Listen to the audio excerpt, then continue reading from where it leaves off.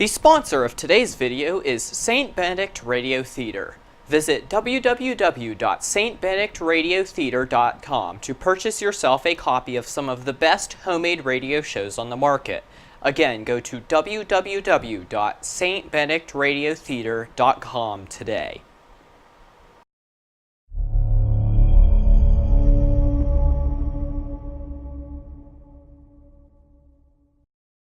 Hello and welcome to Wardens of the Cross. This is the Chase Dating Guide, and today we will be looking at a few ways in which you can tell if you are ready to enter a relationship.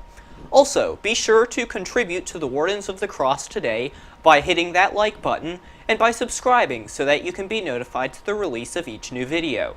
What are some ways in which you believe a person may know if they are ready to enter a relationship? Let us know in a comment below and be sure to share us with your friends. Now, on to the episode. One of the most prevalent questions when referring to relationships is whether one should even be in one or not. Everyone has a different opinion on what determines if a person is ready to begin courting or dating. Some say the most important thing to consider is age, while others say it depends on mental maturity and personal desires, among other things. While there are a plethora of factors to consider, we will provide you with 5 of the more important and pressing topics, which one must assess and determine before pursuing a relationship. We hope that, after this installment, you may have a basic idea of what every person should determine about their own character and personality before deciding to pursue a relationship.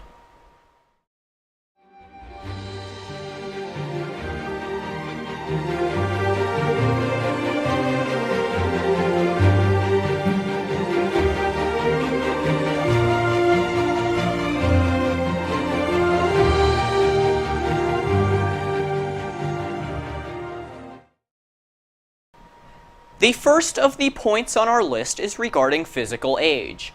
While this is almost always brought up when discussing relationships, there is a perfectly good reason for it.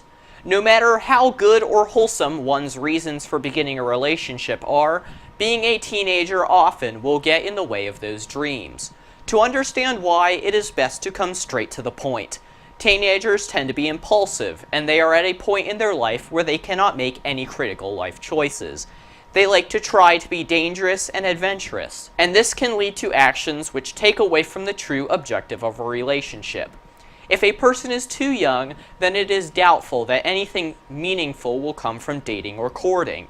One should probably be 16 at the youngest before even considering a relationship, although it is highly advisable to wait even longer. Age, however, is not all that must be considered. Another important consideration is what you are seeking in a relationship, which leads into our second point. One question many people fail to consider is what they themselves are actually looking for in a relationship. This may seem rather useless to consider, but it is extremely important. If one is dating for marriage and they are seeking the person who will be their spouse, then they are pursuing a relationship for the right reasons. Many people, however, seek relationships simply for the thrill of it, or for things which are impure and immoral. This is not to say that one will not wind up dating or courting a couple of people, but the end goal in all relationships should be seeking a spouse, not an emotional or physical favor. While it is necessary to be dedicated to morality, you must be able to concede or not defend yourself viciously on topics which are of no importance. This happens to also be our third point. The ability to concede on trivial matters is highly underrated. To do so shows maturity, and it also shows respect to other people. To accept the thoughts of another shows that you trust the other and also respect their opinion. Nobody likes a person who is combative or will stand their ground on even the smallest and least important of topics. If you are prideful and will defend the most unimportant of things, you will quickly find that nobody will want to court or marry you. It is important to be humble and willing to accept another's opinion on non-important topics. Similarly to this is the unacclaimed ability to submit yourself to another, and this is important enough to make its way into our fourth position. Submitting to the will of others is something which we all do in varying degrees, but sometimes it is more important to do so than others.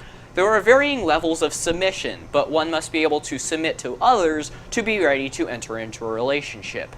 Being able to submit on unimportant things, such as where you are going out to eat, is important, but submitting within marriage is even more so. It is the job of both spouses to submit themselves to the will of their eternal companion. Whether this is something as small as deciding on who has the TV remote or what is for dinner, to something more important such as marital relations, submission from both spouses is a necessity.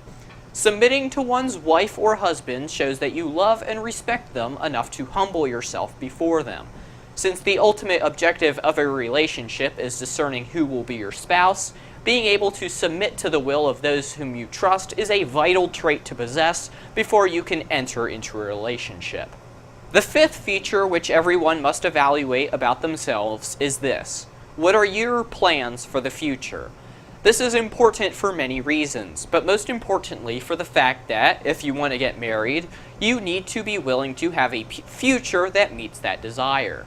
You cannot want to be in a strong relationship and get married, and also have your main dream in life be to see the world. You cannot desire to raise a family and also wish to support that family by working at Walmart and playing video games in your spare time. You need to plan on having a job which will bring in income, and you also need to be willing to be present to dote upon your spouse and raise your children. Everyone must determine what their dreams for the future are, and then decide if they are ready to enter into a relationship and seek wedlock. There are many important aspects which one must determine about other people to decide if they are worth marrying. Similarly, there are many things which one must analyze in themselves to determine if they are fit to be a good spouse. Anger, pride, lack of submission, or a lack of willingness to work are all some of the many things which can cause for your relationships and marriage to be disastrous. There are many important things to determine in the road to marriage, but one of the first questions anyone should be worrying about is whether they are fit to be a spouse. Honestly, ask yourself if your personality and behavior is the same type of personality you would want to see in your spouse. If you want a good and happy marriage, you have to put in the work to make yourself worth marrying.